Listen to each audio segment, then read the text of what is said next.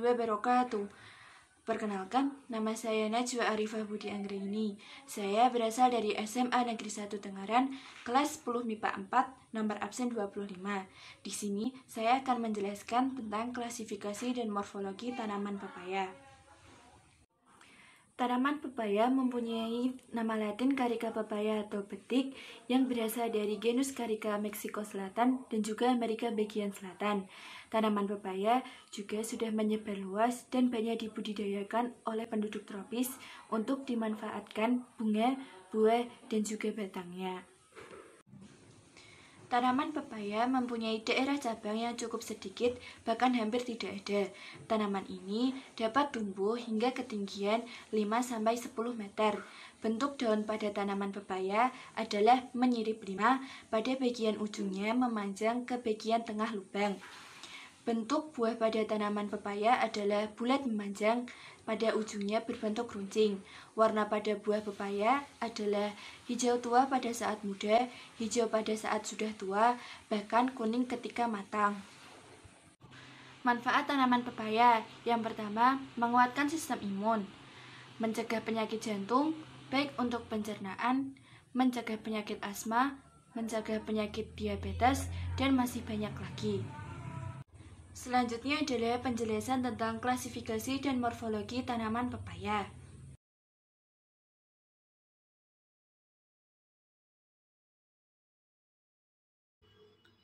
Klasifikasi tanaman pepaya.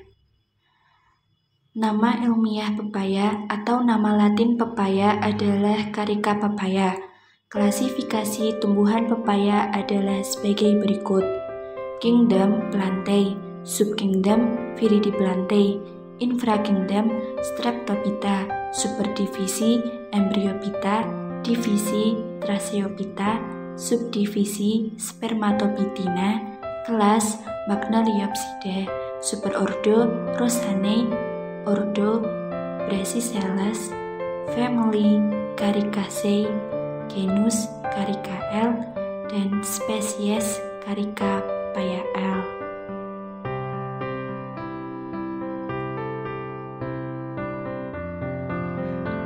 Morfologi daun tanaman pepaya. Daun pepaya adalah daun tunggal berukuran besar, bercanggap menjari atau palmatifidus, bergerigi dan mempunyai bagian-bagian tangkai daun atau petioles dan helaian daun atau lamina. Ujung daun pepaya meruncing, tangkai daunnya panjang dan berongga. Permukaan daun pepaya licin atau laevis, sedikit mengkilat atau nitidus, daging seperti perkamen atau perkamentheus. Susunan tulang daun-daun pepaya adalah menjari atau palminervis, daun yang mudah terbentuk di bagian tengah tanaman. Morfologi batang tanaman pepaya. Batang pada tanaman pepaya berbentuk bulat dengan permukaan batang yang memperlihatkan bekas-bekas daun patahan tangkai daun.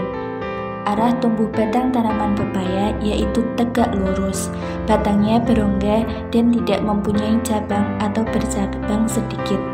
Tingginya bisa mencapai 5-10 meter. Morfologi akar tanaman pepaya.